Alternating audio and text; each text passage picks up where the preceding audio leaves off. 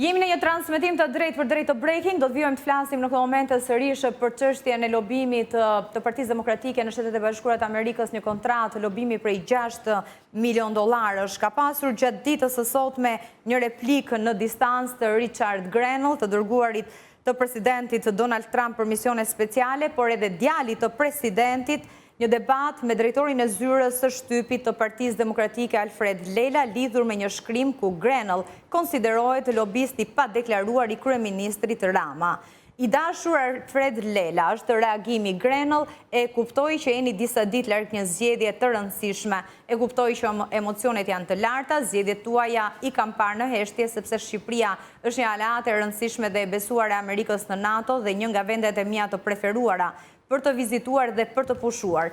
Por kjo histori nga media juaj është një gënjeshtër totale. Duhet të korrigjohet menjëherë dhe të hiqet nëse ju interesojnë faktet, ka shkruar Grenell në rrjetet e tij sociale. Ndërkohë, siç u bëra me dije, gjatë ditës së sotme Partia Demokratike përmes një udhëzimi ju ka kërkuar demokratëve të mos komentojnë pikërisht këtë kontratë lobimi. Në fakt, breaking ishte në përpjekje për të pasur edhe një kontakt edhe një lidhje, një komunikim me Lelën, ndoshta do ta kemi të mundur më vonë, deri në këtë moment ishte e pamundur. Avokat, përfshihet, pra merr për masa të tjera duket çështja e lobimit. Nuk jemi tashmë vetëm tek vlera, por duke u përfshirë edhe palë të rëndësishme. Tani, ju e quajni lobim, unë e quaj donacion. Tani, shqiptarët ngatrojnë donacionin me korupcionin, Spaku ngatron korupcionin me donacionin, dhe ky është problemi i madh.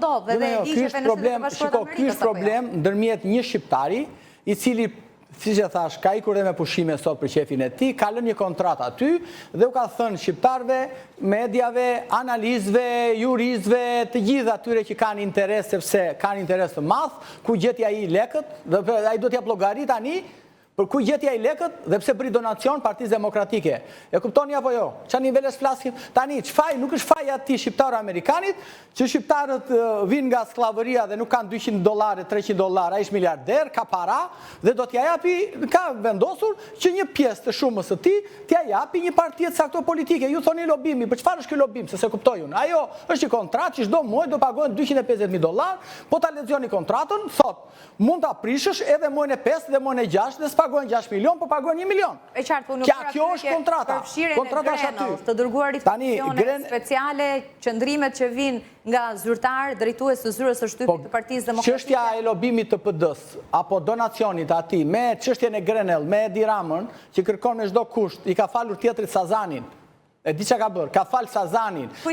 Ja ka falë djalit, ja ka falë dhëndrit të Donald Trumpit, sepse do të bënde korupcion politik. Dhe ne këtu nuk na shqetësoj fare ajo që ti jep një ishull, një njeriu i cili do ta marrë atë ishullin, do t'a japi ca arabëve dhe ata do vinë të bëjnë turizëm në Shqipëri, dhe na shqetësoka sepse një shqiptar amerikan, një njeriu pasur ka dhënë donacion për një ka shkelje ligjore në këtë kontratë. Po ti japësh copa territori, nuk qenë ka shkelje ligjore, ti japësh, po investitor strategjik janë të gjithë bandit në Shqipëri, investitor strategjik në Shqipëri janë të gjithë bandit.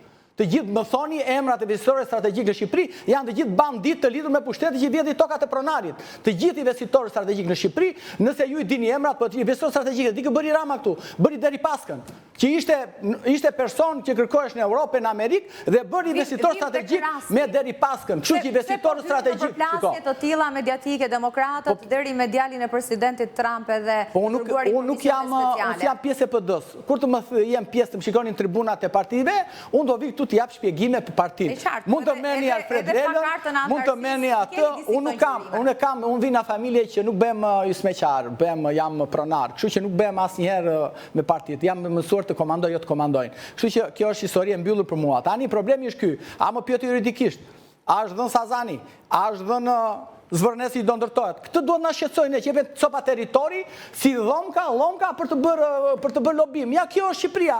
Tani ne shqetësohemi pse njëri atje jep donacion për partinë politike. Kjo është tani e kuptoni se çfarë nivelesh po flasim apo jo. Ne nuk na shqetësojnë që sot skemi portin e Durrësit. Nuk na shqetësojnë që sot skemi portin e Vlorës. Ja ku e ke avokati, kolegu më pyete, ka port Vlora më thoj kolegut, ka më port Vlora thoj pyeten çik. Do t'i diskutojmë në një moment tjetër. Do mos e devijojmë sepse kemi tjetër fokus. Po pra, jo, po fokusi ky është. sepse ju shqetësoni për 6 milion euro që një individ ka 100 milion edhe 6 ja jep një partie politike dhe ngele 94 milion dhe nuk shqetësoni që Shëngjini, Gjadri, ato anijet atje që pagojmë ne 90 euro në ditë për lobime politike, shqetësoni për këto. Çfarë do të them unë tani? Do ta devijoj çështjen. Mo ma ndërpri, jo, mos ma devijo. Më ta përfundoj unë edhe vazhdo. Ka shkuar në një përplasje edhe me të dërguarin për misione speciale të Shtetet Bashkuara të Amerikës Demokratët me Grenell, po ashtu e ka ripostuar të njëjtin qëndrim të tij edhe djali i presidentit amerikan Donald Trump. Në fakt që me afrimin e La Civita si strateg zgjedhor, ka pasur deklarata të shumta në radhët e demokratëve se do të nisë edhe një farë lobimi në Shtetet e Bashkuara të Amerikës për nëngratën e zotit Berisha apo edhe për mbështetje që mund të jepet kësaj force politike. Këtë debat, këtë përplasje të fundit, sigurisht përmes postimeve në rrjetet sociale, nga Lela ende nuk kemi një reagim, ndërkohë që Partia Demokratike, siç ne përmendëm, u ka kërkuar demokratëve të mos shprehen, të mos marrin pjesë në media, në përballje mediatike sa i përket kontratës së lobimit. Si e shihni këtë zhvillim të fundit? Dy fjalë për avokatin aty domethënë që thotë sepse vazhdoi ta kundërshtoj, vazhdoi ta kundërshtoj kur thotë që është e drejtë i tij të dhurojë. Avokat, të lutem, ka një ligj për sponsorizimin e partive politike. I miri i keq ky është ligji dhe ne duhet i bindemi këtij ligji. Ligji për sponsorizimin e partive politike thotë çdo subjekt privat nuk mund të sponsorizojë më shumë se 10% të shumës që sponsorizon shteti shqiptar çdo parti politike. Në dijenin time, Partia Demokratike sponsorizohet nga Komisioni Qendror i Zgjedhjeve në shumën $1.6 milion. Pra, nuk është çështje dëshire, të pengon ligji. Kaq. Nuk e thash për efekte për debat. Për sa i përket asaj që thatë ju Dafin, më vjen keq kjo në këtë derexhesh ka ta nisur politika shqiptare. Para disa ditësh pash të dy udhëheqësit, njëri i pozitës dhe tjetri i opozitës, mbureshin dhe tentonin kush e kush të kapte Ilir Vrenozi. Njëri i lutej për të pirë kafe dhe tjetri mburej që piu kafe me të. Deri në këtë pikë ka arritur politika shqiptare. Kjo tregon që është bërë një politikë e vjetëruar dhe e degraduar kaq keq sa kjo politikë duhet zhdukur. Imagjino tani ti thua çfarë po ndodh me djalin e Donald Trump. Ata po nxitonin dje kush e kush të kapte Vrenozin, jo më sot për të kapur djalin e Donald Trump.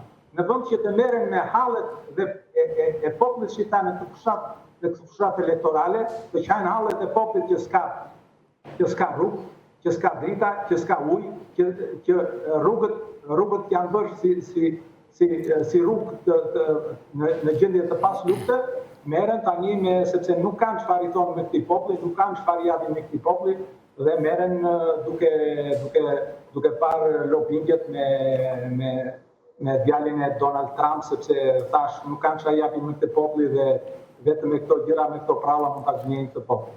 Të them diçka. Po, avokat për ta